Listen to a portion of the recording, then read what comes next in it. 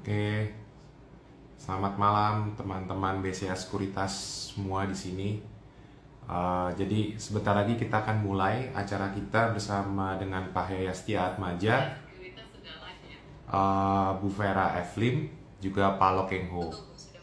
Mungkin sebentar sambil kita nungguin teman-teman masuk, eh, saya mau coba undang Bu Vera, Pak Lokeng Ho, dan Pak Yahya Atmaja. Kita tunggu sebentar ya teman-teman. Malam Pak Lokeng Ho. Malam Pak Andre. Selamat Malam Pak Yahya. malam, Pak Lo. Selamat malam, Pak Andre. Ya, Malam selamat Pak Yahya. malam Pak Yaya. Selamat malam, Pak. Ya, Yes. Kita tunggu Bu malam. Vera. Saya udah type. Pak Lo bisa hadir di malam ini. Pak Andre juga thank you waktunya. Sama Ibu Vera, sama Pak. selamat Malam malam. Vera. Ya, selamat malam Bu Pak Yaya. Vera. Ya, Halo. selamat. Oke, karena pembicara yang hebat malam ini sudah kumpul semua, jadi mungkin kita bisa mulai aja. Pertama-tama, terima kasih kepada Pak Hayastia Atmaja, Bu Vera Evlim, juga Pak Lokeng Ho udah bersedia hadir di malam ini. Jadi seperti biasa teman-teman, ini kita tiap quarter ada ngobrol-ngobrol di sosial media bersama Pak Yaya, Bu Vera, dan bintang tamu yang luar biasa hari ini, Pak Lokeng Ho. Nah, pertama-tama saya ingin mengucapkan nih pada manajemen BCA atas hasil laporan keuangan yang sangat luar biasa di first half 2023 ini. BCA kembali membukukan laba naiknya plus 34% dibandingin dengan tahun lalu, dan kita kemarin udah lihat saham BCA sempat menyentuh 9.400 atau another all time high. Congratulations Pak Yaya, Bu Vera, atas kerja kerasnya serta jajaran direksi dan karyawan di BCA. Nah, mungkin pertanyaan pertama nih ke Pak Yaya nih. Gimana Pak, kesan dan pesannya nih untuk first half 2023 ini, apa sih yang bisa bikin saham BCA ini bisa menyentuh profit tertingginya, all time high lagi gitu? Resep-resepnya apa Pak di tengah kondisi makroekonomi yang bisa dibilang selama first half 2023 ini cukup menantang? Jadi dua ya, saya pikir ya. Kalau boleh saya sedikit share. Pertama, fundamental. Kedua, mungkin dari segi kacamata investors ya. Nah, dari fundamental saya pikir ya kan relatif jujur kita belum menaikkan suku bunga, Pak. Kecuali yang dikaitkan dengan JIBOR, terus ada yang dikaitkan dengan deposit rate ya. Itu ya pasti naik ya interestnya. Tetapi untuk misalnya bunga SMI, komersial, corporate yang lain, itu kita nggak naikin. Dan juga kita untuk consumer loan, nanti saya sedikit banyak cerita tentang consumer loan kita. Itu juga relatif kita tahan interest rate-nya, bahkan ada yang lebih murah dari sebelumnya gitu ya. Nah, cost of fund relatif kita 80% itu dari kasa. Jadi relatif memang rendah. Meskipun kita nggak bisa deny juga, cost dari operation itu kita lebih tinggi dari bank-bank yang hanya nampung deposit.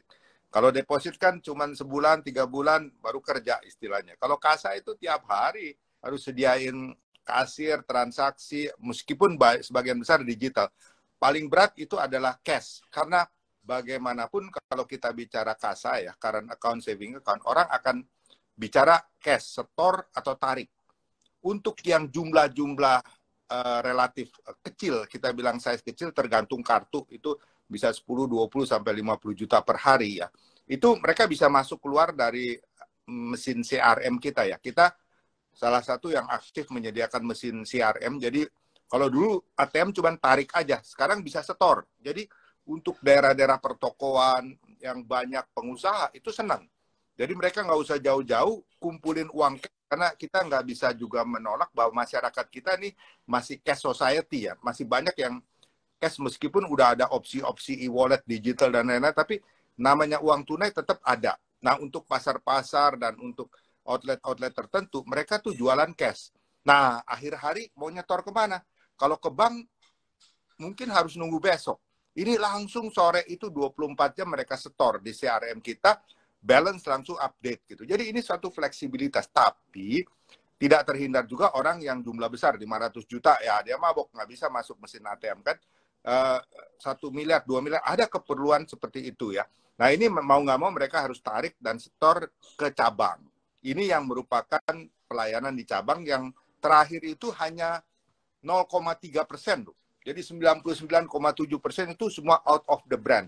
Termasuk ATM, EDC, kemudian digital kita. Jadi cost kita tuh sebenarnya luar biasa efisien. Makanya kalau you lihat cost efisiensi BCA itu di level 32%-an, kalau nggak salah ya. Nah ini sejarah ya. Dulu saya tuh target jujur aja di bawah 50%. Jadi kalau 48, 47, 46 saya bilang udah baik. Nah sekarang ya kayak ngimpi juga bisa 30-an% gitu ya. Efisiensi itu betul-betul luar biasa. Nah, itu sedikit cerita.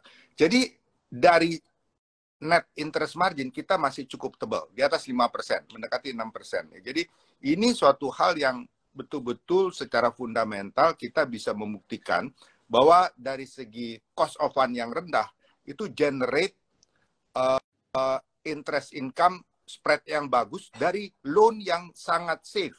Dan apalagi kita tidak naikkan bunga. Kan orang selalu, kalau bunga naik selalu senewan. Wah, NPL nambah berapa? Nah, kita nggak naikkan bunga. Jadi aman dan pasti. Terrefleksi di NPL kita ya. NPL kita kan juga membaik.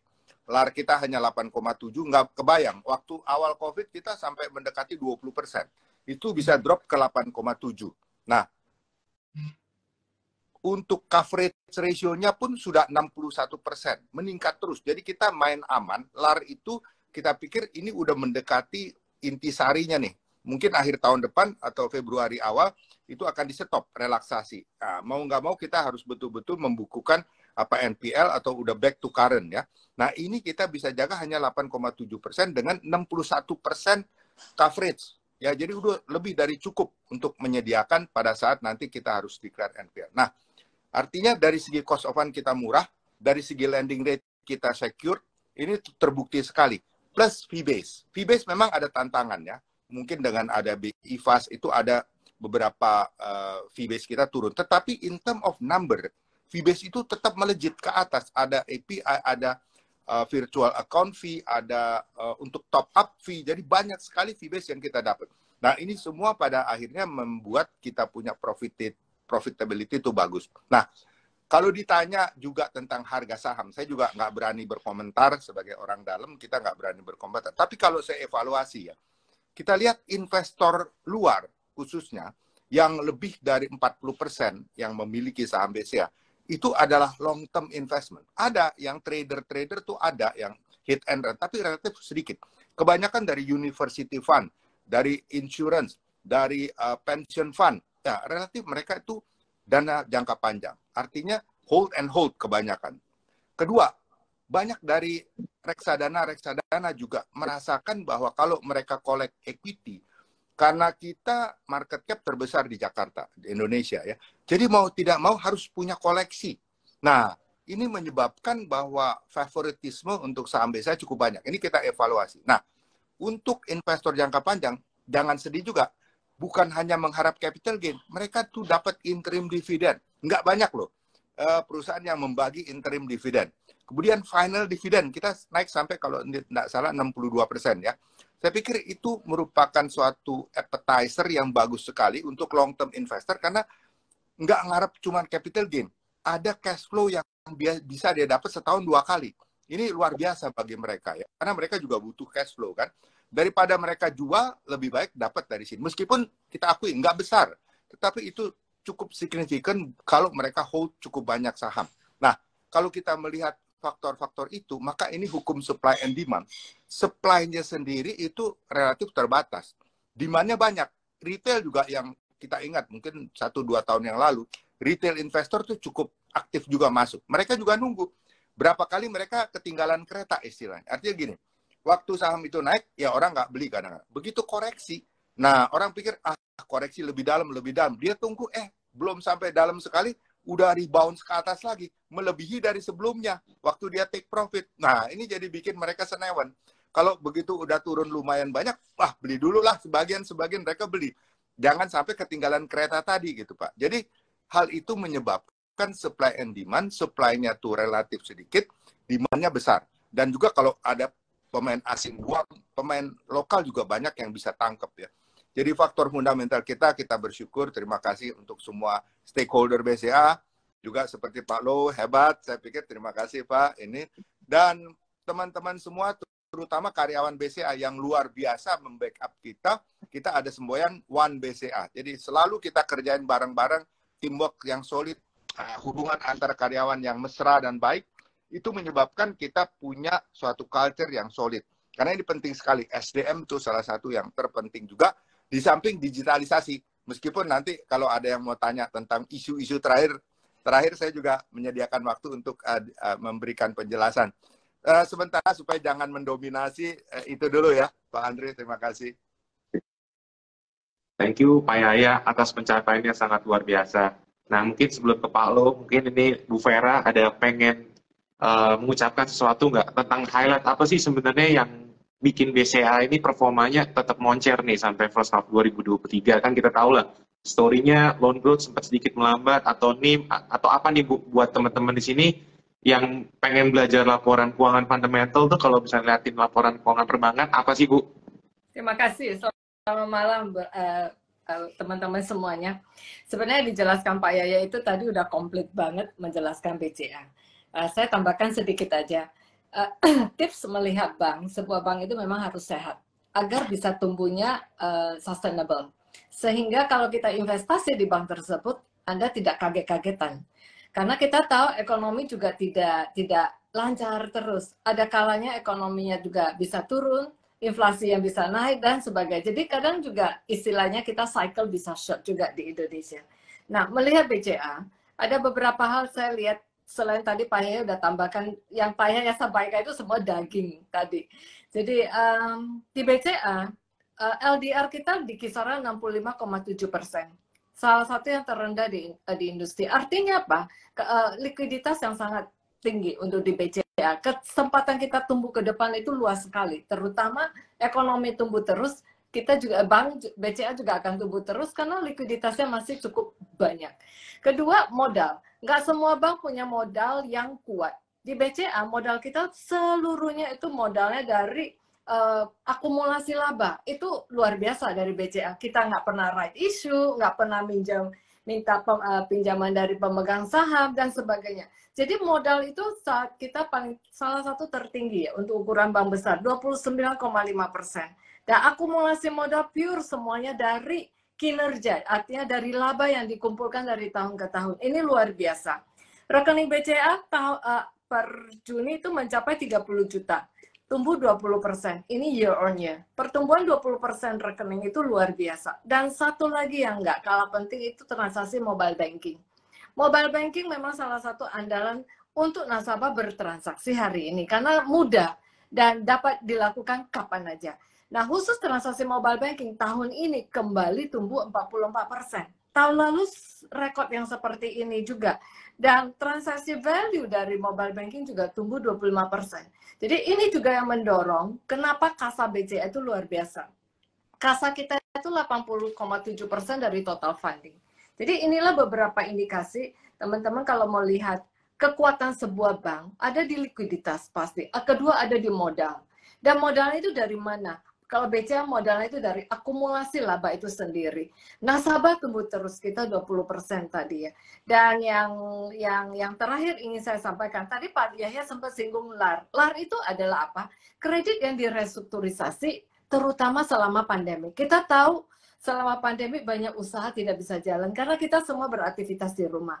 Dan di industri perbankan, LAR itu pada tahun 2020 mencapai hampir 25% ke atas. Di BCA kita paling tinggi 19,8. Hari ini LAR BCA sudah single digit. Tadi Pak Yahya singgung 8,7%. Saya bandingkan dengan beberapa bank, kita satu-satunya yang pertama turun ke single digit, 8,7%. Nah, CKPN yang sudah dibentuk, bank itu perlu CKPN, teman-teman. Itu menentukan, karena tidak semua resiko kredit itu kan lancar. CKPN yang kita bentuk untuk LAR, hari ini udah 61,6%. Coverage, istilah coverage ratio. Tahun lalu 47,9. Jadi ini peningkatannya luar biasa, artinya kita siap menyingkapi segala fluktuasi di ekonomi jika LAR ini memburuk. seperti ini. Terima kasih. Luar biasa penjelasannya. Jadi buat teman-teman yang mungkin sedikit rekap lah ya. Jadi memang kalau di saham perbankan ini sebenarnya ya mirror atau cermin dari perekonomian Indonesia ya. Jadi kalau semua perbankan membaik ya berarti ekonomi Indonesia membaik, dan ini terbukti dengan BCA yang sudah mencatatkan pertumbuhan kinerja yang sangat luar biasa. Berarti indikasinya ekonomi kita fine-fine aja. Nah ini teman-teman di sini udah banyak yang nungguin Pak Lo untuk bicara nih. Nah, karena tema malam ini adalah saham fundamental semangat 45, dan kita tahu lah Pak Lo Keng Ho ini kan value investor gitu, dan kita tahu lah saham BCA sebenarnya, sorry nih Pak Yaya, Bu Vera, emang udah mahal juga gitu ya di kalangan investor gitu. Nah, buat Pak Lo nih sebagai value investor gitu, saham BCA masuk universe Pak Lo nggak sih? Atau ada kriteria tertentu nggak kalau misalnya Pak Lo ini mencari wonderful company dengan harga yang bisa dibilang dengan cukup mahal seperti BCA, apakah masuk kriteria atau nggak termasuk kriteria, Pak? Mungkin bisa di-share, Pak, mindset sebagai value investor ngelihat saham seperti BCA yang harganya, valuasinya mahal, tapi kinerjanya naik terus, Pak. Pertama-tama saya mau mengucapkan selamat kepada Pak Yahya dan Bu Vera. BCA sudah mencetak laba di semester pertama ini 24 triliun lebih, ya. Selama 23 tahun BCA labanya terus bertumbuh, meningkat, ya luar biasa sekali. Bahkan tadi Pak Yaya mengatakan laba itu meningkat tanpa menaikkan suku bunga pinjaman, itu yang luar biasa lagi ya. Labanya bisa meningkat 34% tanpa menaikkan suku bunga pinjaman. Ya. Memang BCA itu adalah bank yang paling dihargai di Bursa Efek Indonesia karena punya nilai yang paling dihargai, paling tinggi, yaitu lebih kurang 1.142 triliun. Ya. Jadi dari semua perusahaan yang listed di Bursa Efek Indonesia, harganya yang termahal atau yang paling dihargai di Bursa Efek Indonesia adalah BCA karena harganya pada saat ini mencapai 1.142 triliun. Ya. Tapi BCA itu selama 23 tahun ini terus bertumbuh, ya,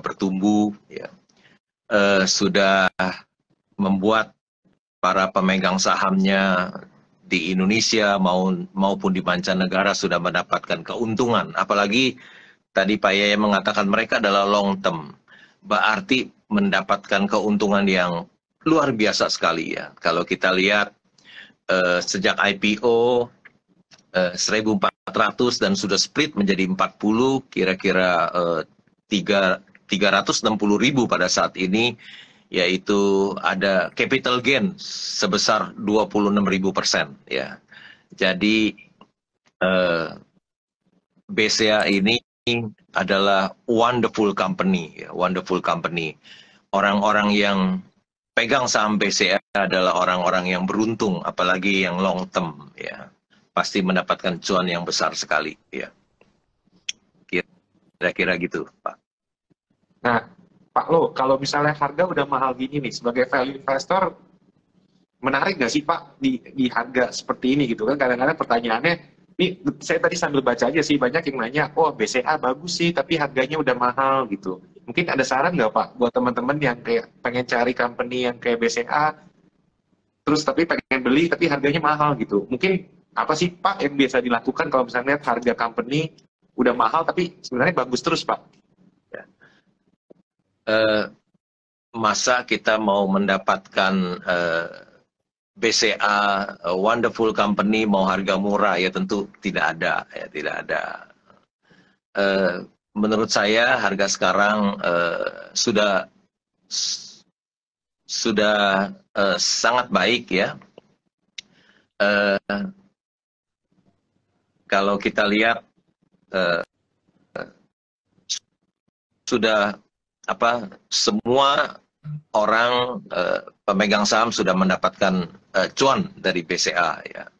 Jadi memang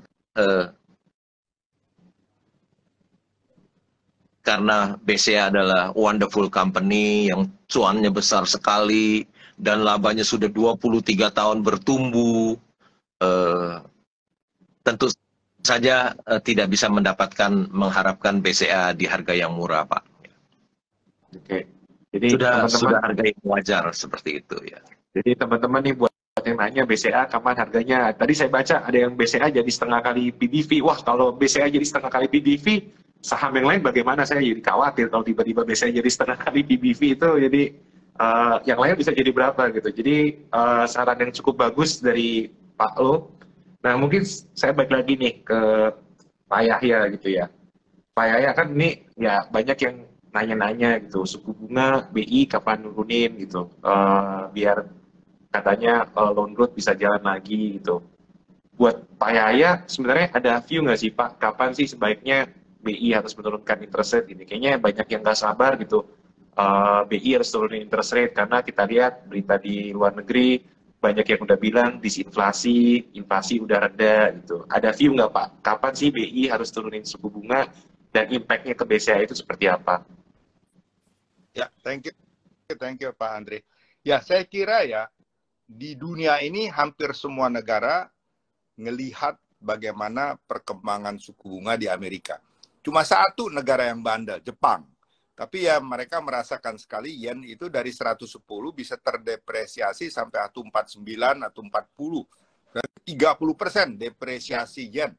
Nah, bandingkan rupiah itu paling juga 8-10%.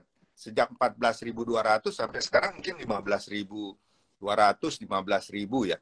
Jadi kita lihat perbedaannya. Dan rupiah selama ini juga naiknya cuma 225 basis point. Kalau dibandingkan Amerika yang sampai 525 atau 550 basis point ya kenaikannya. Dan di sana masih ada ekspektasi kenaikan lagi. Nah, kalau saya lihat tahun ini relatif kita udah flat ya, interest rupiah.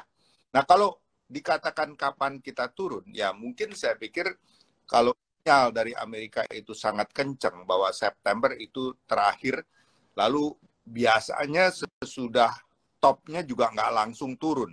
Biasanya mungkin dalam 6 bulan kemudian ya baru ada penurunan.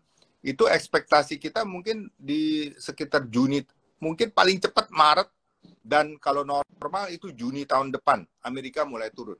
Ya ekspektasi kita ya. Bisa juga kalau mereka lihat, waduh masih berat menghadapi inflasi, mereka bisa tetap menahan itu gitu, bisa aja. Ini nobody knows lah ya. Kita hanya berandai-andai. Kalau misalnya Maret sampai Juni mereka turun, nah saya pikir nggak lama dari itu atau bahkan bisa sebelum itu ya. Mungkin di awal-awal Januari kalau memang likuiditas cukup untuk loan growth, terutama juga kan kita adalah terus menjaga growth itu tetap baik.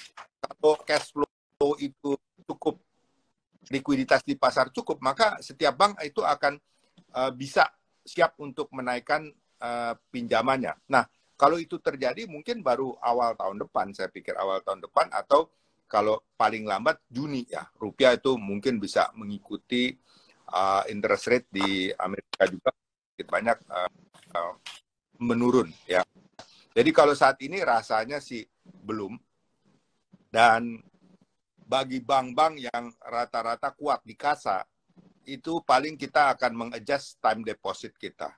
Kita sesuaikan, dan pinjaman ya mungkin karena kita juga waktu interest naik kita nggak naikkan, yang akan terpengaruh itu paling LIBOR. Nah, cuman sedikit tambahan juga bagi kita ya, kalau kita melihat situasi seperti yang sekarang, profit kita juga bagus, itu tadi saya katakan tidak naikkan suku bunga pinjaman, tetapi ya penempatan di Bank Indonesia kan naik. Kemudian di SBN, FR itu juga semuanya naik. Jadi kalau kita lihat itu semua mendapatkan hikmah buat BCA. Nah itu kenapa profit kita bagus. Jadi nggak ngoyo dari pinjaman, tetapi dari yang lain likuiditas kita tempatkan udah cuan lumayan gitu ya. Jadi saya pikir seperti itu. Ke depan kita juga ada situasi. Ke depan strategi kita adalah coba men-shift dari BI, meskipun saat ini BI cukup menarik ya penempatan di BI. Mungkin sebagian kita akan pindahkan ke FR ke depannya. Karena kita mengharapkan pada saat interest rate turun, harga FR ini bisa cuan. Ibu Fer kipas lagi saat itu ya. Jadi saya pikir itu beberapa hal tentang suku bunga. Mungkin tadi sedikit aja komentar mengenai saham yang tanda petik udah mahal tapi company bagus. Ibarat rumah di Menteng dan di pinggiran kota lah, bedanya gitu aja Pak ya. Kalau rumah di Menteng kan memang ya mahal gitu kalau rumah Menteng. Kalau di pinggiran kota kan ya bisa cipi-cipi, tiba-tiba ada dibuka tol ya bisa naiknya kencang. Tapi siapa yang bisa menduga itu kan? Nah, itu kira-kira begitu aja. Oke, very good insight. Nah, buat Bu Vera nih, mungkin lanjut ke Bu Vera. Nah, kalau kita lihat nih, kemarin ada analisa, oh beban operasionalnya BCA naik terus gitu. Cuman kan kadang-kadang kalau kita lihatin perusahaan yang biasanya dilakukan itu kan sebenarnya ya kalau misalnya profitnya nggak bagus, ya dipotong OPEX gitu. Nah, mungkin bisa share nggak sih Bu Vera, view-nya kenapa BCA sebenarnya walaupun ekonomi bisa dibilang nggak bagus sekali tapi nggak jelek sekali, masih tetap meningkatkan OPEX-nya Bu. Mungkin resepnya apa sih Bu di saat ekonomi lagi menantang ini, Bu Vera terus untuk mengenjot biaya operasionalnya BCA? Biaya operasional itu, di dalam biaya itu selalu kita lihat ada good cost, ada bad cost juga. Kalau good cost itu adalah sesuatu kalau kita investasi, karena itu kita ekspektasi bisnisnya tumbuh, jumlah transaksinya juga tumbuh, dan bank juga harus melihat jauh ke depan. Jangan kita setelah transaksi tumbuh baru kita pikir kita perlu investasi di capex seperti apa dan sebagainya. Karena dunia sekarang untuk bertransaksi kita nggak bisa lengah lagi. 99,8% ya transaksi itu melalui digital. Dan mobile banking sendiri plus internet banking itu sudah 91% dari total transaksi. ATM di kisaran 9%. Jadi kalau kita gabungkan itu banyak dilakukan transaksi sebenarnya secara digital. Nah, di sini BCA harus menyingkapi dengan banyak sekali inovasi, kreativitas agar selalu terdepan dan nasabah merasakan layanan yang lebih baik.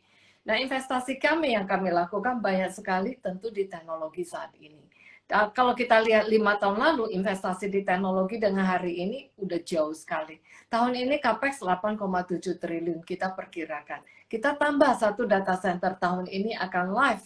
Kenapa? Bukan karena hari ini udah penuh data centernya, tapi kita menyingkapin 3-5 tahun ke depan seperti apa. Nah, di sini kita juga menyingkapi bahwa mengukur efisiensi sebuah bank, itu teman-teman nggak usah susah-susah lihat salah satu cost to income ratio. Tadi Pak Ya sebutkan kita 32,9%. Pada tahun 2019 sebelum COVID, cost to income ratio BCA itu 43%. Dan kita nggak lalu lakukan cut cost, tidak. Yang saya lihat adalah investasi spending kita itu untuk apa? Kalau spending itu kita untuk menyikapi pertumbuhan bisnis, memberikan layanan yang lebih baik, itu harus terus kita lakukan. Nah, di sini kalau kita lihat, cost per transaction BCA itu turunnya luar biasa dalam 4 tahun terakhir ini. Nah, pertumbuhan transaksi sendiri, mobile banking per year-on-nya 40%. Itu kan luar biasa. Jadi Andra bisa bayangkan ya, cost per transaction yang di-generate setiap hari itu turun terus. 2018 saya ingat, sehari jumlah transaksi per hari itu di bawah 28 juta. Hari ini peaknya kita udah 140 juta transaksi. 60% nasabah baru onboardingnya udah lewat mobile banking. Itu kan efisien sekali dan cepat sekali. Nah, disinilah kami melihat investasi kami melalui digital itu tidak boleh kita lengah.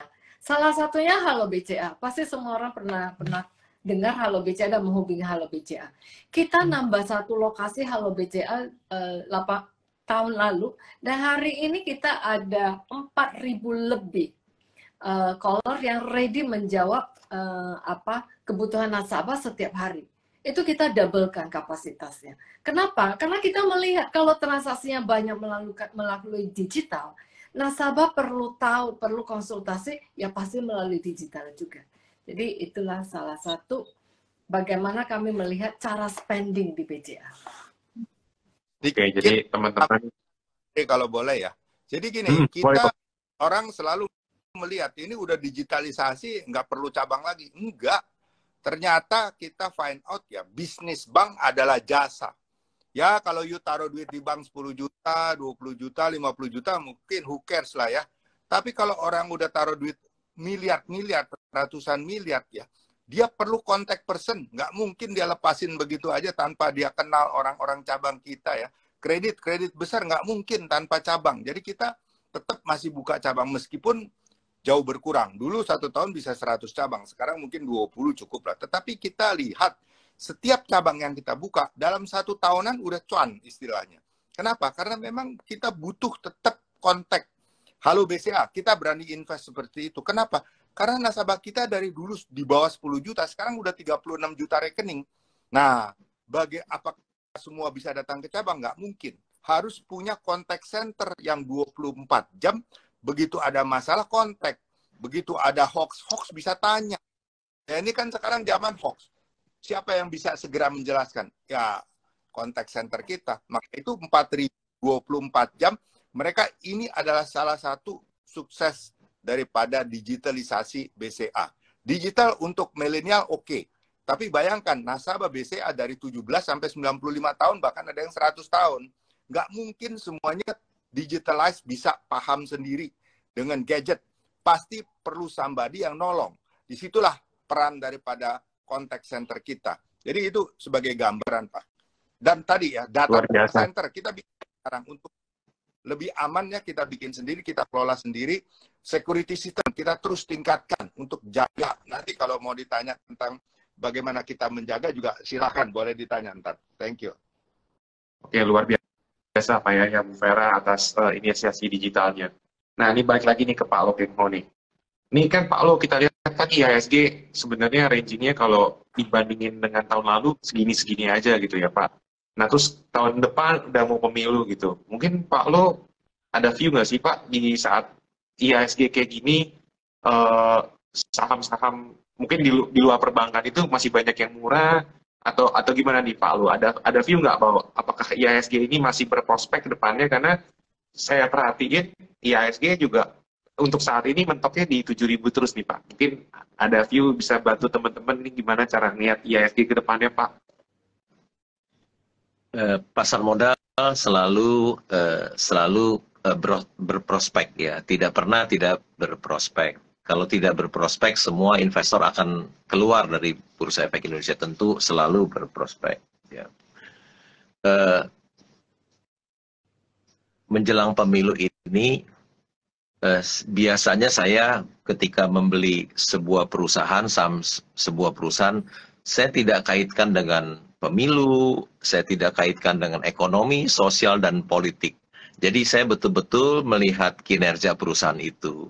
Bagaimana dengan tata kelolanya, bagaimana dengan bidang usahanya, bagus atau tidak, bagaimana labanya, besar atau kecil, tentu yang labanya kecil saya tidak mau ya beli.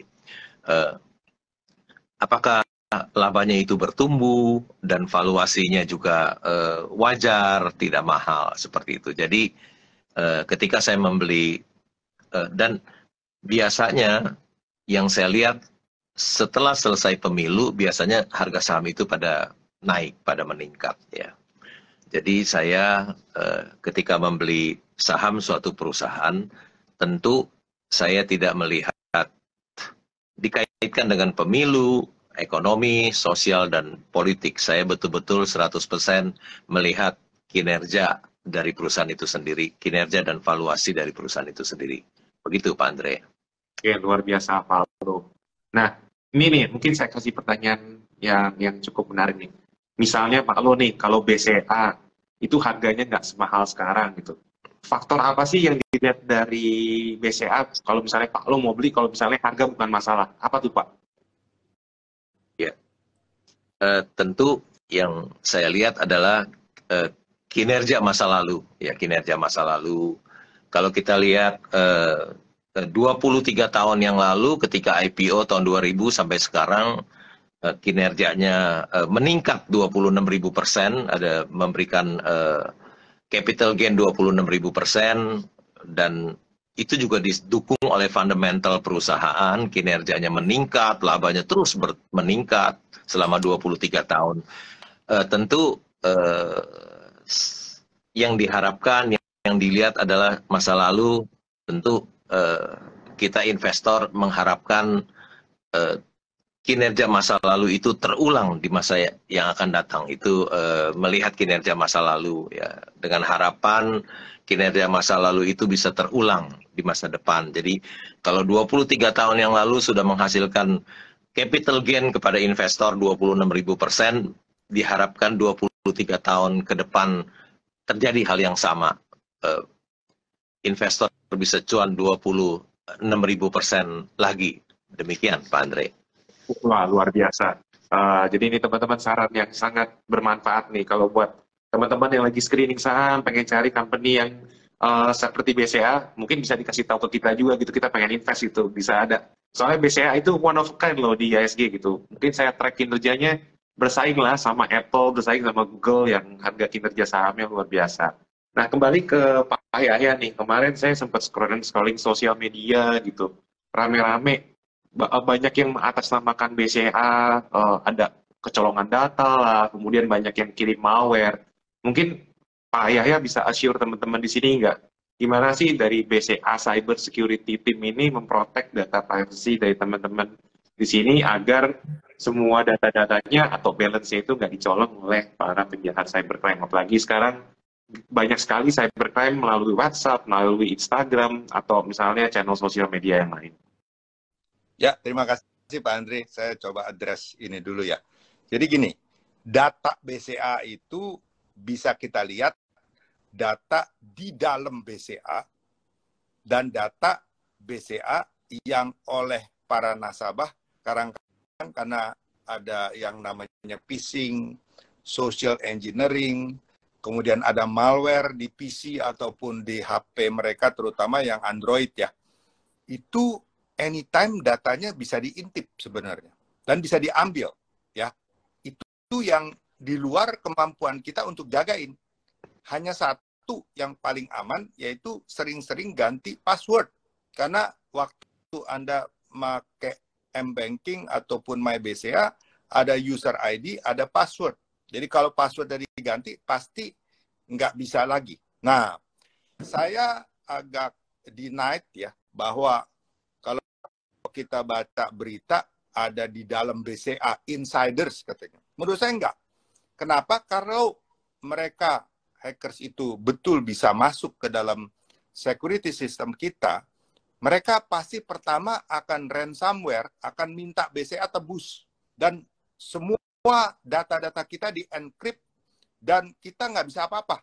Nah, itu betul. Itu berarti mereka sudah masuk dan mengunci data-data kita. Saat ini nggak begitu. Yang terjadi adalah karena dari 2020, 21, 22, begitu banyak nasabah-nasabah, mohon maaf, yang tertipu. Diminta untuk file APK lah, kemudian ada dibilang, kalau BCA ada perubahan sistem katanya, dari per transaksi 6.500 menjadi paket sebulan 65.000 katanya. Mau atau tidak? Nah, pasti yang jarang-jarang transfer bilang nggak mau. Dia pencetlah datanya ke capture. Banyak yang terima berita-berita.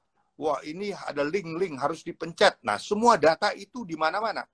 Belum lagi jangan lupa pada saat nasabah misalnya melakukan belanja di e-commerce, peer-to-peer dan lain-lain, mereka juga diminta untuk memberikan data-data ini dan ada yang minta mau di-save atau enggak passwordnya. Nah, orang mau main gampang, di-save. Nah, save-nya itu kemana? Ke tanda petik e-commerce ataupun peer-to-peer. Ya, saya nggak mengatakan di sana nggak aman ya, tetapi sekian ratus atau sekian ribu yang beredar, kita nggak tahu apakah ada yang betul-betul sudah comply. Saya yakin e-commerce yang besar-besar, yang punya nama, pasti sudah well protected ya. Tetapi di luar itu kan masih banyak peer-to-peer yang tanda petik baru lahir, yang tidak siap untuk security-nya. Nah, itu adalah tempat sasaran daripada diambilnya data-data nasabah. Belum lagi malware yang sebar ya. Orang ada di Play Store, ada di App Store. App Store relatif aman. Play Store juga demikian. Tetapi Android bisa aplikasi di-download dari macam-macam sumber. Waktu di download itu ada bisa masuk malware. Itulah resiko. Jadi kita akui bahwa data nasabah yang dibocorkan oleh nasabah sendiri itu bisa beredar di mana-mana. Itu yang dijual di dark web. Tapi bukan data yang diambil langsung dari BCA. Nah, kalau udah user ID dan password itu dimiliki orang lain, mereka bisa ngintip data-data itu. Sebab itu Anda harus ganti password. Sehingga mereka juga tidak masuk untuk melihat data-data tersebut. Saya pikir yang paling singkat adalah penjelasan seperti itu, Pak Andre. Untuk meyakinkan, dan sampai saat ini belum pernah ada dana nasabah yang terkuras. Itu kita yakinkan. Tidak ada satupun nasabah yang terkuras karena beberapa hari ini isu-isu bahwa data itu tersebar di mana-mana. Terbatas informasi, ya kita nggak bisa apa-apa karena itu adalah data yang sudah beredar sebelumnya. Tetapi untuk data financial itu tidak ada yang bocor ataupun terkuras. Itu untuk meyakinkan nasabah bahwa aman. Tapi advice saya adalah untuk merubah password, dan sekali lagi M-banking itu bisa banyak. Anda mungkin tidak hanya punya BCA kan, ada bank A, B, C lah katakan ya. Anda punya, jangan semua dibikin sama. Customer supaya gampang password disamain di semua. Nah, satu kali kejebol semua dites sama semua gitu. Apalagi ada yang ekstrim pakai tanggal lahir untuk PIN number, itu gampang sekali karena kita tahu KTP udah sering kali kan orang diminta KTP.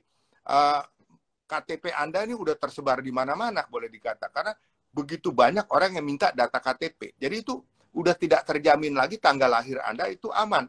Ya, jadi jangan sekali-sekali pakai password itu tanggal lahir ataupun apa namanya PIN tanggal lahir ya. Jangan sekali-sekali itu. Dan sering coba ubah terus. Itu adalah satu habit yang memang agak repot. Tapi kan lebih repot daripada Anda nggak pakai M-banking. Anda harus datang ke bank, bulak-balik berapa ongkosnya. Anda harus ke ATM, pakai ATM, kan ongkosnya jauh lebih mahal. Mendingan repot ganti password doang, sebulan sekali, seminggu sekali, selesai gitu kan. Saya pikir itu aja advice dari saya. Terima kasih. Jadi guys, hati-hati ya dengan isu-isu yang beredar saat ini. Memang kalau di sosial media kita tidak bisa kontrol. Nah, mungkin nyambung pertanyaan dari jawaban dari Pak Yahya mungkin ke Bu Vera. Bu Vera, kapan sih BCA ngembangin super app bank-nya nih? Kan kita lihat nih bank-bank sebelah yang lain, saya nggak perlu ngomong merek gitu ya, udah mulai ngeluarin super app bank-nya gitu. Kalau BCA kan kita tahu ada mobile BCA, ada my BCA, itu mungkin ada wacana nggak sih Bu? Mungkin walaupun kita tahu lah jumlah nasabahnya BCA juga nggak kalah bersaing dengan bank yang lain. Mungkin ada view Bu untuk pengembangan BCA dalam waktu dekat, terutama untuk pengembangan aplikasi, biar nggak kalah dengan bank digital katanya ya. Walaupun saya bilang bank digital belum ada yang bisa ngalahin bank-bank besar sih. Ya, terima kasih Andre. Kita ada My BCA, selain mobile banking BCA ya. My BCA ini kita terus kembangkan. Nah, Andre, menarik sih sebenarnya kalau kita cermati, nasabah kalau menggunakan M-banking, apa sih yang paling sering digunakan? Ternyata yang paling sering digunakan itu kita bisa hitung beberapa fitur. Transfer. Biasanya transfer antar rekening, transfer antar bank, ada top up, menggunakan VA, atau dia bisa atur limit kartu kredit, dan sebagainya. Jadi beberapa fitur-fitur yang biasa kita lazim gunakan. Memang di Super App BCA, My BCA hari ini, ada juga yang terkait dengan lifestyle. Bisa beli tiket, dan bisa juga bill payment. Bill payment-nya sudah banyak sekali. Bisa bayar kartu kredit, uang sekolah, dan sebagainya. Nah, di sini kita terus kembangkan. Super apps-nya sebuah bank tidak bisa kita bandingkan dengan super app kalau e-commerce. Kan kita, dan kalau misalnya ya, Andre mau beli nasi goreng, nggak mungkin ke mobile banking bank, pasti ke e-commerce. Karena disitulah ngatur belinya dan sebagainya. Jadi mesti dibedakan super bank untuk kebutuhan transaksi keuangan di bank. Nah, di BCA kita kembangkan yang paling penting adalah user friendly, mudah digunakan, aman, dan juga itu semua kebutuhan transaksi keuangan itu ada di dalam mobile banking. Jadi itu menawarkan banyak kemudahan. Hari ini ngatur PIN, perubahan PIN, tadi Pak Yahya ngajurkan sering-sering mengubah PIN, itu benar sekali. Karena PIN kita bisa sama. Mau transaksi apapun di e-commerce, di mana-mana PIN-nya cuma satu, passwordnya. Nah itu bisa kita atur. Kartu kredit bisa kita atur juga melalui mobile banking. Kemudahan inilah tentu harus kita imbangi dengan keamanan dalam bertransaksi. Tahun ini kalau masuk mobile banking BCA sudah menggunakan biometrik. Nah, itu double lagi keamanannya. Selain nasabah punya token, punya PIN atau password, nah itu menggunakan biometrik untuk face recognition. Nah, disinilah keamanan bertransaksi harus dibarengi dengan kemudahan dalam bertransaksi. Oke, cukup jelas ya teman-teman. Jadi kalau misalnya baca-baca research, banyak yang bilang, banyak yang develop aplikasi, ya mungkin ini adalah salah satu alasan kenapa BCA masih menjalankan aplikasi yang lama juga di paralel dengan aplikasi yang baru. Nah ini saya ambil beberapa pertanyaan dari Flor ya. Nah mungkin pertanyaan buat Pak Lokengho nih, tadi banyak banget yang nanyain, Pak Lokengho, gimana sih mungkin tips untuk build position saham itu Pak? Apakah sekali beli langsung HK atau sekali beli langsung jual? Ini cara Pak Lokengho untuk misalnya membuild portfolio itu apakah butuh waktu sehari atau lama nih Pak? Mungkin bisa di-share Pak. Tentu saja kalau saya kan membeli saham satu perusahaan dalam jumlah yang banyak. Tentu saja saya membelinya secara pelan-pelan setiap hari, pelan-pelan ya. Jadi perlu waktu yang lama untuk mendapatkan jumlah saham yang banyak. Ya. Saya tidak melakukan sekaligus satu hari karena harga saham itu akan naik. Ya. Kalau harga saham itu naik, tentu cost saya jadi mahal. Ya. Jadi saya ingin membeli dalam jumlah banyak, tetapi saya membelinya pelan-pelan ya, supaya dapat di harga murah terus, ya bisa saja itu berlangsung selama sebulan, 6 bulan, baru saya dapat jumlah yang sangat banyak. Jadi saya ingin menemukan saham Mercy seharga bajai itu, tentu saya tidak mau beli sedikit, tentu saya akan membeli dalam jumlah yang besar. Tapi belinya itu tentu saya harus bertahap karena saya ingin membeli dalam jumlah yang banyak sekali.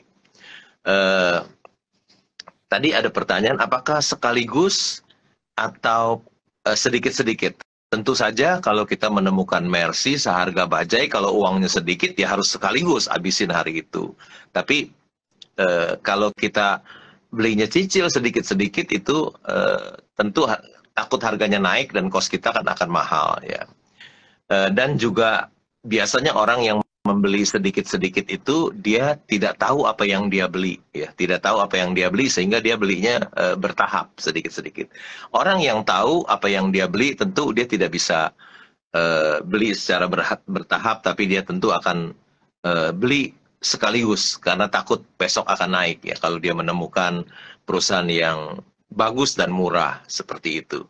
Kira-kira begitu Pak Andre. Cukup baik. Jadi guys, dengarkan saran-saran dari Pak Lo untuk build satu position. Nah ini tadi saya juga buka kolom questions nih, ada yang menarik nih Pak Yayat.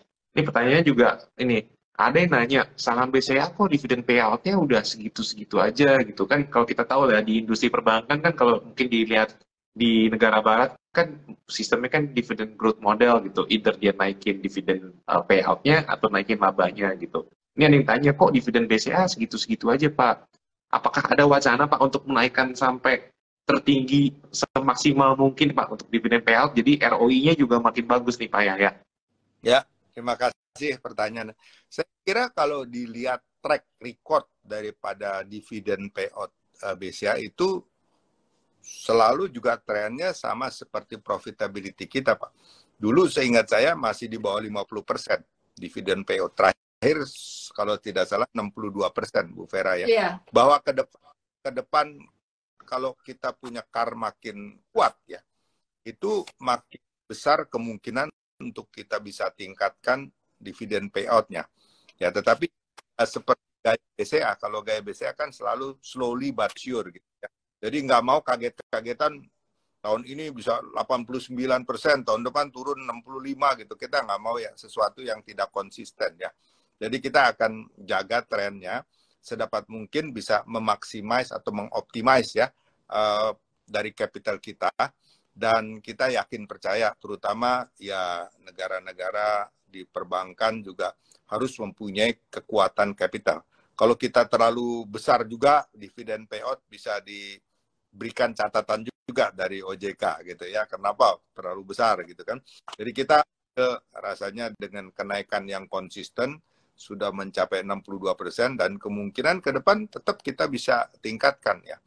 Jadi sesuai dengan kenaikan saham BCA juga saya pikir ya. Saya masih ingat waktu Oktober 21 kita stock split. Waktu itu kalau saya tidak salah 35.000. Satu banding 5. Jadi ekuivalen 7.000. Jadi itu nggak lama-lama banget tuh Pak. Oktober 2021 ya, baru 2 tahun lah kira-kira. Nah itu sekarang udah sekitar 9.000 ya, dari 7.000 9.000 berapa persen tuh? Ya lumayan kan. Jadi ya jangan hanya melihat dari segi dividen. Ya dividen pasti kita tingkatkan. Dan sesekali mau menikmati capital gain silahkan aja kan, biasa orang punya portfolio 100 ya 10-nya dia nikmati dulu capital gain. Siapa tahu ada koreksi harga dia beli lagi gitu kan. Tapi kalau ketinggalan kereta ya risiko, masih ada 90% kan yang disimpan. Jadi ya teorinya ya begitulah. Saya pikir Pak Lo juga tadi kan udah menyampaikan kalau mau beli juga sedikit-sedikit, kecuali memang modal segitu-gitunya ya beli pada saat lagi harga bagus boleh dibeli gitu. Jadi saya pikir itu Pak Andre. Thank you. Dan tadi ada lihat pertanyaan, apakah internet banking gitu safe? Wah safe banget. Anda punya token yang Anda pegang, itu nggak mungkin dicolong, kecuali ya Anda kasih orang dekat atau apa ya, tentu bisa kejebol. Tapi selama token ada dipegang, itu kan harus ada aplikasi 1, aplikasi 2. Itu nggak mungkin dijebol dari luar gitu kan. Nggak ada, karena mereka nggak punya token itu. Itu pasti aman, pasti safe. Sedikit tambahkan juga ke yang tadi ditanyakan Ibu Vera, kenapa sih kita ada M-Banking, ada MyBCA? Ya kalau mau super app, sebenarnya lihatlah di MyBCA. Tapi kita juga mendengar suara-suara dari nasabah-nasabah senior. Mereka tuh ya tadi seperti Ibu Vera katakan, mereka hanya lihat saldo, transfer, hanya yang simple. Dia nggak mau pusing-pusing ada super app, capek katanya. Gue yang punya duit, gue yang ngatur dong, jangan gue yang diatur gitu kan. Jadi mereka masih tetap hobi dengan M-Banking. Ya kita nggak mau, karena kita prinsipnya user-friendly. User mau apa, kita penuhi. Jadi banyak user yang masih menginginkan M-Banking. Ya udah silakan pakai aja toh. Mereka juga buat transfer dan lihat saldo mainly, nggak perlu yang fancy-fancy.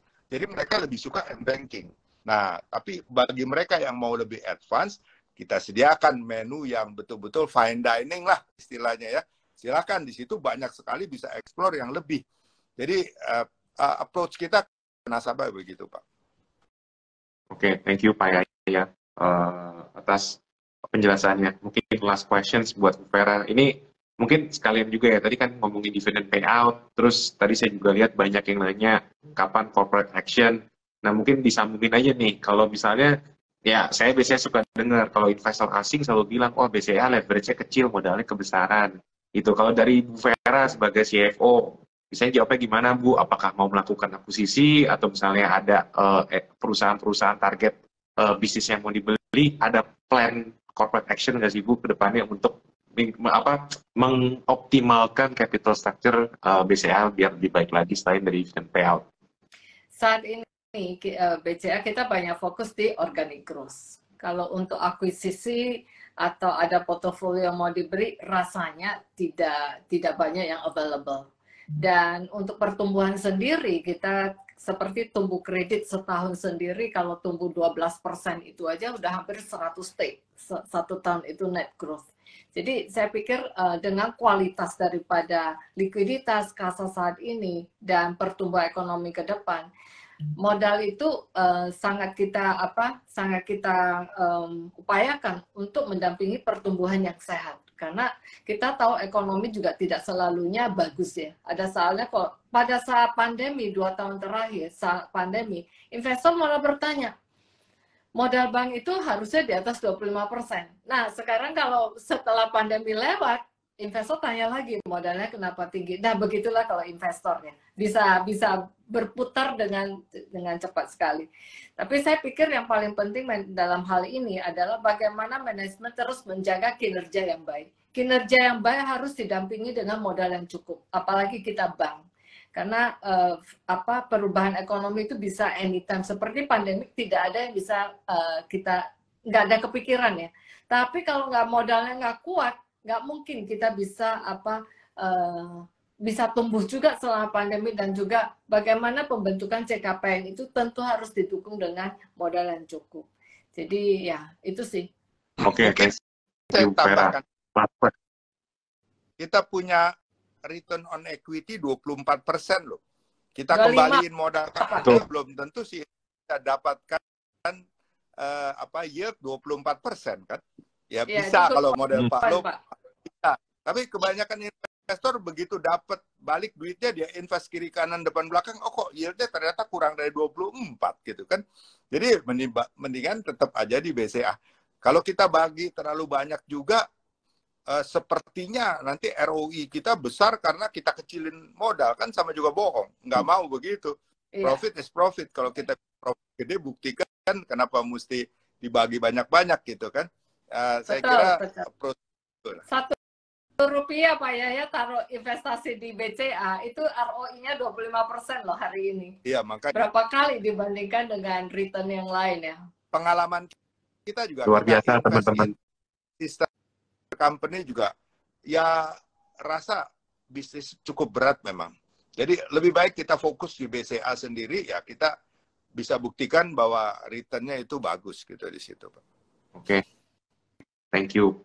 Mungkin last questions untuk Pak Lo. Tadi kita udah ngomong ROI 25% BCA.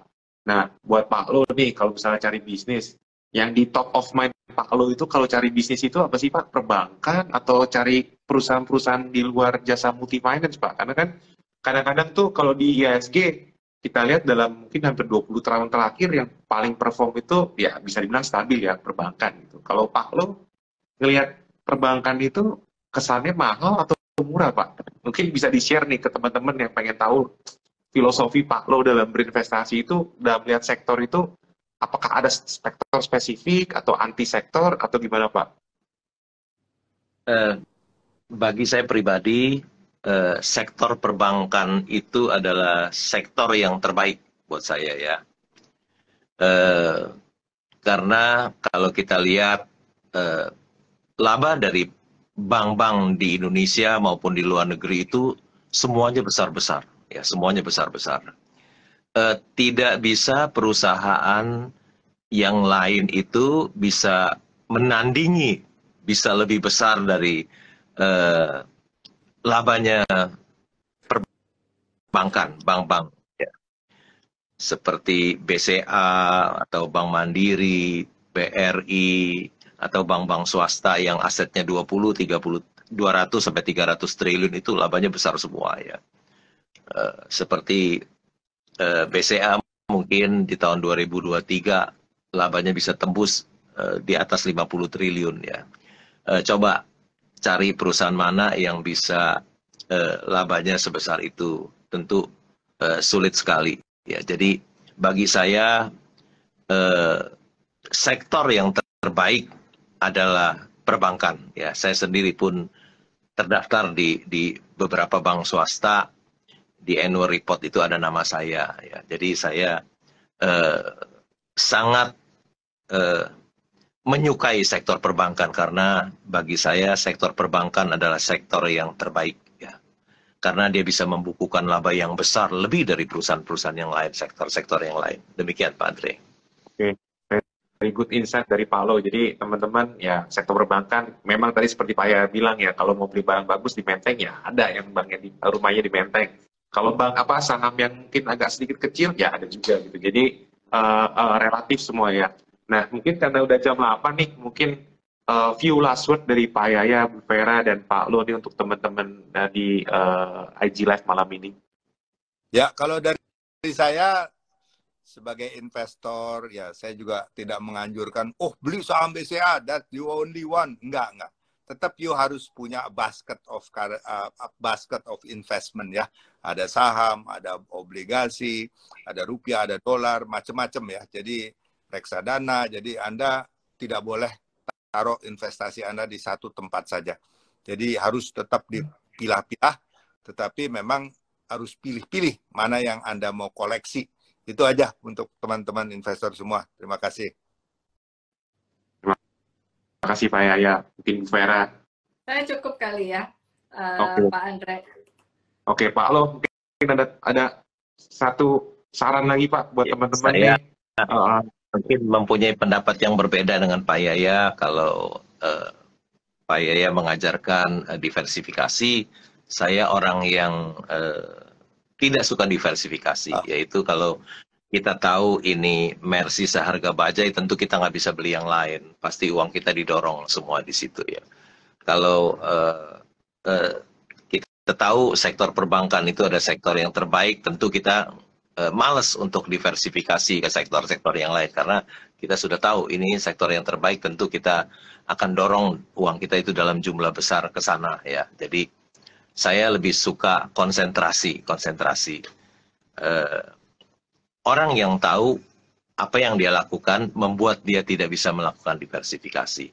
Ketika dia menemukan berlian yang dijual di harga kerikil, tentu dia tidak bisa diversifikasi, dia harus dorong seluruh uangnya itu ke dalam investasi itu. Demikian, Pak Andre. Oke, very insightful. Thank you sekali Pak Lo atas masukannya. Jadi teman-teman ada tim all in, ada tim diversifikasi, semua sama aja. Yang penting kita bisa cuan semua. Jadi thank you teman-teman, thank you Pak Yaya, Bu Vera, Pak Lo atas waktunya. 1 jam yang sangat menyenangkan. Semoga lain kali kita bisa berkumpul kembali bagi insight tentang BCA atau tips investasi yang lain. Kalau gitu sampai jumpa teman-teman. Terima kasih Pak Yaya, Bu Vera, Pak Lo. Terima kasih Pak Yaya, Bu Vera, Pak Andre. Ya, selamat malam. Terima kasih juga Pak Lo, Andre, Pak Yaya, terima kasih.